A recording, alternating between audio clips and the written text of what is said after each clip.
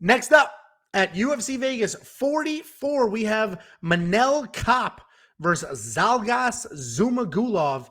Manel Kape, 16-6 overall, 3-2 in his last 5. Zhalgas Zhumagulov, 14-5, 3-2 in his last 5. Zhalgas Zhumagulov is very tough.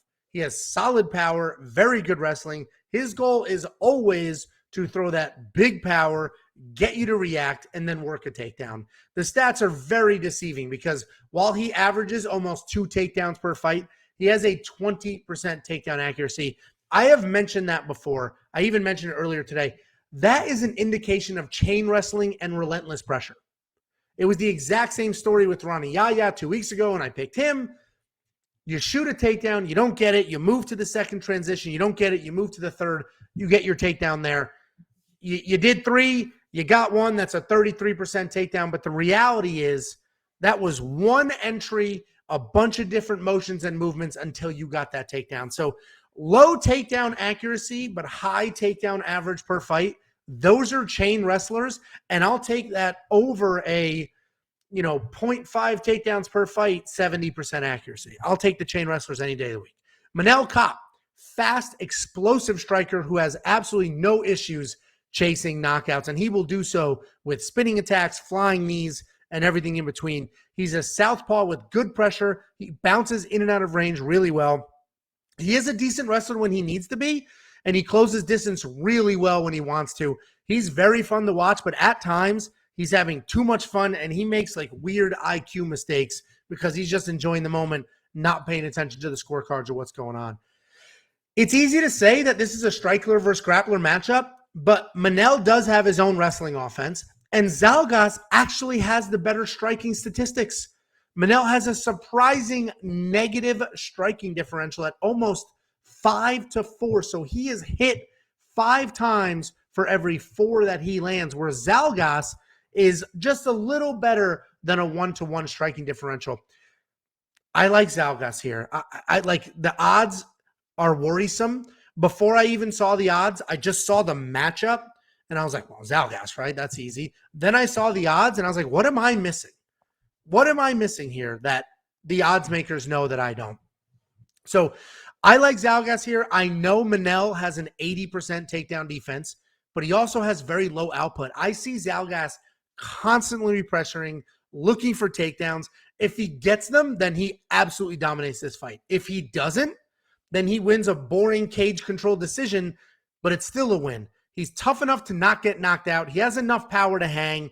His wrestling will only make Manel even more gun-shy than he already is. I have one unit. No, sorry, I don't. One unit at plus 190 odds do scare me because I feel like I'm missing something, but I do like it. The line is continuing to move. I might do that. I literally had one unit typed. I was about to hit enter, and I'm like, I might be missing something here. So I didn't do it yet, but this line is moving. We were plus 175 yesterday, plus 190 today. What am I missing, Jacob? I don't think you're missing anything because I've never been very high on Manel Kape. Obviously, he was like a champion in other organizations, and he's got the striking, he's got the power, but he's a guy that I have it in my notes. He will let you win the fight because he honestly thinks that he wins every single exchange. There's no shortage of confidence in this guy. I was talking to Angelo earlier today about his Twitter feed. Go to his Twitter feed and just like he said, he's like didn't really call Zhalgas names, but said he's got like a small brain, can't understand what's going on. He said he could knock out a heavyweight right now. So there's no shortage of confidence on his side, but I think that's a detriment because you mentioned a lot of his losses are decision losses because he's really not doing enough. He thinks he's winning the fight. He feels like I'm winning every exchange. I think I'm winning the fight. So I'm just going to kind of sit back and honestly, he should be on a 3-fight losing streak. He lost to Pantoja, lost to Nikolai. I love Matthias Nikolai. Shout out to his girlfriend as well. And then O'Day, you could tell that he was like I don't want to say he was gonna lose that fight, but O'Day was really finding his range, really finding the connections, and then he hit a flying knee at the end of the round and knocked him out. So he got the win, but I'm not sold on Manel at all. And Zhalgas, you nailed it. If he gets the takedowns, he dominates his fight. I don't know if he's gonna be able to get the takedowns the entire fight. So this is another one of those where I put a plus 3.5 bet on Zhalgas. I think it was like a minus 140, a little bit heavier, a little bit, not quite as good as odds I would have liked, but I think he definitely is going to get a takedown at least one round because I don't think he's going to get finished. And if he's able to secure takedowns throughout, a few rounds, he's a very intelligent fighter too, because his last fight, I think there was a big like controversy with the Paiva fight, right? I think everyone thought that he beat Paiva. And then the Amir fight, that's a guy that's very dangerous on the ground. But Zhalgas was still able to time a couple takedowns at the end of the first round. So he knows that even if a guy's dangerous, I can still take him down. End of the round, there's no danger to me, and I can maybe steal a round. So he's very intelligent when he fights. I think he does the same thing to Kape. Maybe just kind of toys with him with the striking, gets a leg takedown, and finds a way to win the fight. So I'm with you all the way. I like Zhalgas in this fight. I have the 3.5 bet on him. If Kape finds a way to pull out another win, then maybe I'll jump on his bandwagon. But I'm just not a huge fan of the way he fights. What were the odds at that plus 3.5? I'm pulling it up right now. I might just do that because I'm like very confident in him to win. And the money line, these are the I actually got it for minus 110. Yeah, maybe I'll grab that because these are the money lines that you want, right? Like I can almost double my money. The odds makers are this wrong.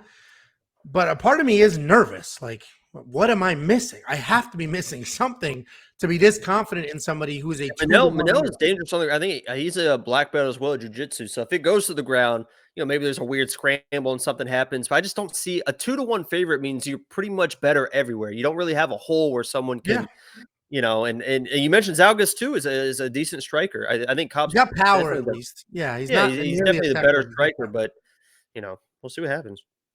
Yeah, I mean, I'll lean on the community for this one. Let me know. I'm curious what the general sentiment is here. If you guys are with us that this is crazy and Zhalgas is going to win this fight, or if we're missing something big, or this whole thing is just a sloppy mess because Manel is coming off of that nice flying knee knockout against Ode. And Manel thinks he's this killer. He's calling he's said second round knockout. So he called a second round knockout. So we'll see what happens. Yeah, I'll figure out a bet here. Maybe I just go money line. I do a half a unit because I'm a scared little crybaby boy. But it's funny. The longer my win streak goes, the longer my win streak goes, I'll go from like slow and steady wins the race to like more conservative to I can't lose. So I don't know how I feel, but I definitely think Zhalgas wins this fight. I'll figure out where to put some money.